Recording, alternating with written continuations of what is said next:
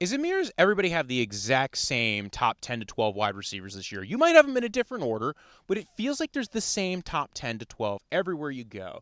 And it makes sense, all right? You got Jamar Chase, Justin Jefferson, CeeDee Lamb. Those guys are on the list every year for wide receiver one.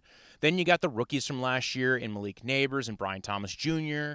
You might have Puka NAkua on your list, who, again, had some injuries last year, but when he came back, they made sure they utilized him. And you might have your concerns with Puka given the Matt Stafford situation, but he is an intricate part of that offense, and they still have Jimmy Garoppolo on staff, as I'm aware. They also got Nico Collins. Nico Collins is usually on this list, as he would normally be for me. You might have a little bit of concern with the new OC, just like you might have concerns with Amon St. Brown being without Ben Johnson in Detroit.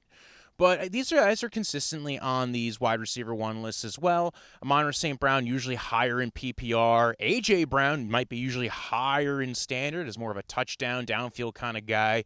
And a guy who has dealt with injuries in the past, so maybe he gets knocked down a little bit for the injury remark every other year. But remember, last year was the injury year, so maybe this year he's the healthy one. And then you had Drake London, who had his wide receiver one breakout last year with the Falcons. Is he going to have the same chemistry with Michael Penix that they ended on the season with?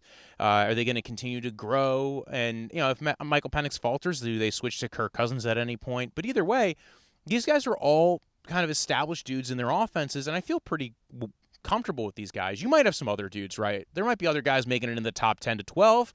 Tyreek Hill, Ladd McConkey. I think we'd be talking about Terry McLaurin on this list if it wasn't for the fact of the contract situation, him not being in camp right now and not being able to build upon his chemistry that we clearly saw last year with Jaden Daniels.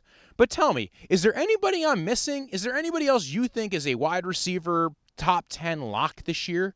Let me know.